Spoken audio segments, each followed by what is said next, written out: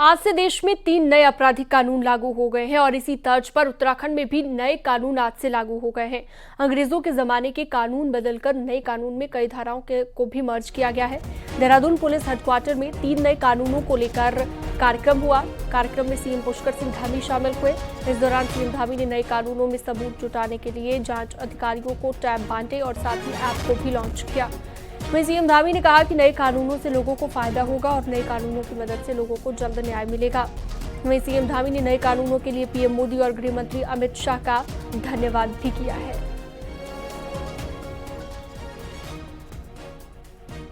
और आज का दिन बहुत ऐतिहासिक दिन है। जो अंग्रेजों के ज़माने से पुराने कानून जो जटिल थे और न्याय मिलने में जिनसे देरी होती थी, उन सबको सरलीकरण किया गया है। और बहुत सारे ऐसे कानून जो अपराधियों को बचाते थे, पुलिस को ज़्यादा भागदौड़ करवाते थे, मेहनत करवाते थे, लेकिन उसके बाद भी पुलिस को वो सफलता प्राप्त नहीं हो पाती थी। निश्चित रूप से वो सबका सरलीकरण होगा, समाधान होगा और जो अपराधी हैं वो किसी भी स्तर पर नहीं बच पाएंगे और जो आम आदमी, सामान्य आदमी है, उसको तेजी से न्याय मिलेगा। राज्य सरकार की तरफ से भी सारी व्यवस्थाएं यहाँ पर कर दी गई है। 20 करोड़ रुपए का बजट भी इसके लिए जारी कर दिया गया है, पहले से स्वीकृत कर दिया है। मैं आज इन नए कानूनों को लाने के लिए माननीय आदरणीय प्रधानमंत्री नरेंद्र मोदी जी का, हमारे गृह मंत्री आदरणीय अमित शाह जी का मैं उनका धन्यवाद करता हूँ। अंग्रेजों के समय के जो 3 क्रिमिनल लॉज थे और सीआरपीसी में यद्यपि 73 में परिवर्तन हुआ था, लेकिन आज पहली बार सारे कानूनों में इतना बड़ा क्रांतिकारी परिवर्तन हुआ है। और मैं कहूंगा कि अब फाइनली एक तरह से स्वदेशी क्रिमिनल जस्टिस सिस्टम हमारे कंट्री में लागू होगा। देखिए, इसमें सबसे बड़ा एक तो EFIR का सिस्टम अब लागू हो जाएगा। तो कई केसेस में जहां लोगों को असुविधा होती थी कि थाने चौकी के चक्कर काटने हैं, वो उनको उस भागदौड़ से, उस असुविधा से बचेंगे। इसके अलावा इन कानूनों में साइंटिफिक एविडेंस पे, फोरेंसिक एविडेंस पे बहुत जोर दिया गया है।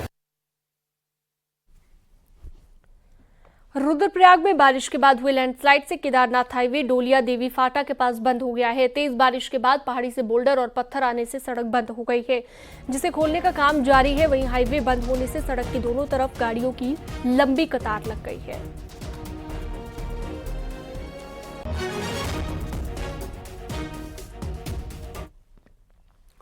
मसूरी में रविवार रात को हुई बारिश के चलते मसूरी देहरादून हाईवे पर जेपी बैंड के पास सड़क बंद हो गई थी, जिसके चलते सड़क की दोनों ओर से गाड़ियां फंसी हुई रहीं। बाद में रोड को साफ करने के लिए ट्रैफिक दोबारा से चालू हो पाया। गौरतलब है कि बरसात के दौरान देहरादून मसूरी हाईवे में रोड ब्लॉक की समस्या अक्सर आती है।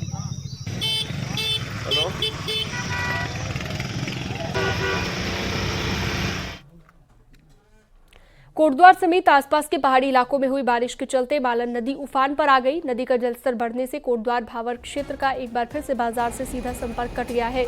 पिछले साल नदी में आई बाढ़ के चलते नदी पर बना पुल धराशायी हो गया था, जिसके बाद भावर क्षेत्र में बड़ी आबादी को आने जाने के लिए कण्वाश्रम रूट से जाना पड़ रहा है। वहीं नदी से जलस्तर बढ़ने से वजह से कोटद्वार सिडकुल जाने वाले कर्मचारियों को भी नदी किनारे कई घंटों का इंतजार करना पड़ा।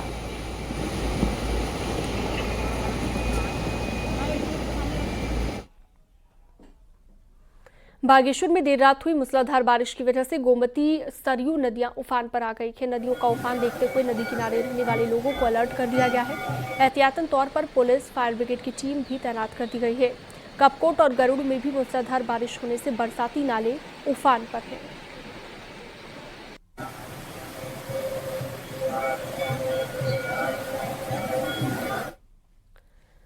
हरिद्वार में बारिश के बाद शहर के ज्यादातर इलाकों में पानी जमा हो गया है। सड़कें पानी में डूब गई हैं। इसके साथ ही अंडरपास में भी पानी भर गया और गाड़ियां उसमें डूबी नजर आई।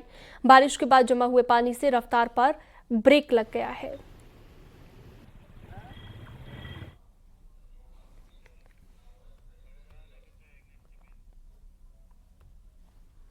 हरिद्वार में शनिवार को सूखी नदी में उफान आने से कई गाड़ियां बह गई। वहीं आज डाम कोठी चैनल के पास से 2 कार निकाली गई। अब तक 7 गाड़ियां बाहर निकाली जा चुकी हैं। एक गाड़ी का अभी तक कोई पता नहीं चल पाया है। आपको बता दें कि शनिवार को सूखी नदी में उफान आया था और कई गाड़ियां बहकर गंगा नदी में चली गई।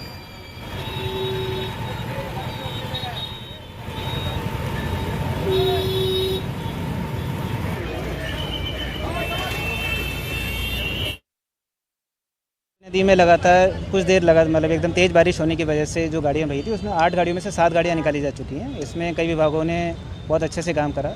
एनएच की टीम से मशीनरी का वो रहा, एसडीआरएफ ने फ्रंट में आके काम करा, जल पुलिस और फायर की टीम ने सहयोग करा, पीडब्ल्यूडी और हमारी आपदा और रेवेन्यू की टीम भी लगातार थी। देखिए पानी का स्तर हम लोगों ने 9 से 10 फीट कम करा यूपी इरीगेशन के सहयोग से। इसके बाद यहाँ से लेके पथरी हाउस तक हमारी टीम्स ने ढूंढ वगैरह करी है, खोज करी, जिसमें से 2 गाड़ियाँ दिखाई थी, इनको ढूंढ को निकाल लिया गया। उत्तराखंड के 6 जिलों के लिए मौसम विभाग ने भारी से भारी बारिश का अलर्ट जारी किया है। मौसम विभाग के अनुसार देहरादून, नैनीताल, पौड़ी, चंपावत, उधमसिंह नगर और हरिद्वार में भारी बारिश को लेकर अलर्ट जारी किया गया, जबकि 4 जुलाई तक पूरे प्रदेश में बारिश जारी रहेगी।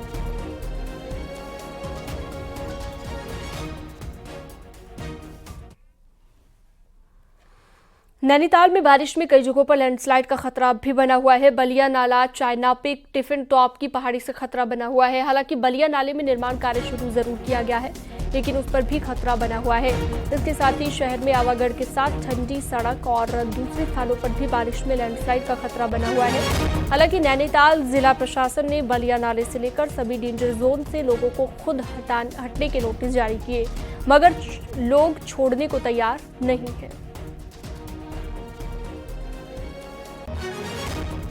बलिया नाले का जो आप देख रहे हैं कि आधा अधूरा काम, और मेरे समझ में तो आज तक नहीं आया है कि जो टेक्नोलॉजी वो इस्तेमाल कर रहे हैं कि नीचे से ऊपर को जाने के बदले ऊपर से नीचे वाला, वो कितना ये झेल पाएगा ये मानसून में, मेरे समझ में नहीं आता। जो लोग वहाँ खतरे के स्थानों में रह रहे हैं उनको तो नोटिस दिए गए हैं कि मानसून के सीज़न में वो शिफ्ट कर लें। वर्तमान में क्योंकि काम चल रहा है और काफ़ी तेज़ गति से इसको विभाग के द्वारा कराए जाने के निर्देश भी दिए गए हैं। इस बार की बरसात में तो इसको कंप्लीट किया जाना संभव नहीं है, लेकिन अगली बार की बरसात से पहले ये काम पूर्ण हो जाने की संभावना है। अल्मोड़ा के सल्ट में बड़ा सड़क हादसा टल गया। यहां पर झीमार के पास रोडवेज की बस खाई में जाने से बाल बाल बच गई और बस में 34 यात्री इस वक्त सवार थे, सभी सुरक्षित हैं। रोडवेज की बस सरायखेत से रामनगर आ रही थी, तभी झीमार के पास बेकाबू हो गई। गनीमत रही कि बस खाई में नहीं गिरी, नहीं तो बड़ा हादसा यहां पर हो सकता था।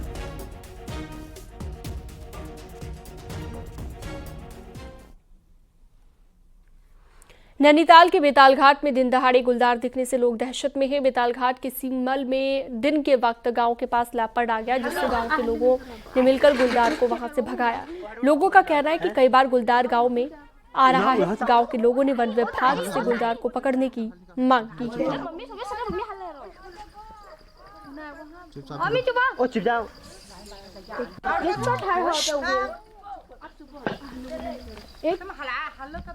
तो देख सकते हैं ये तस्वीर, गुलदार को पकड़ने की लगातार मांग की जा रही है। नैनीताल की ये तस्वीर जहां पर बेताल घाट में गुलदार की दहशत देखने को मिली है।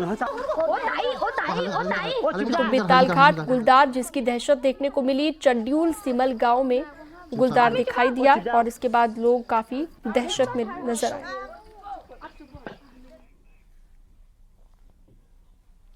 और वक्त एक छोटे से ब्रेक का, जल्द लौटेंगे।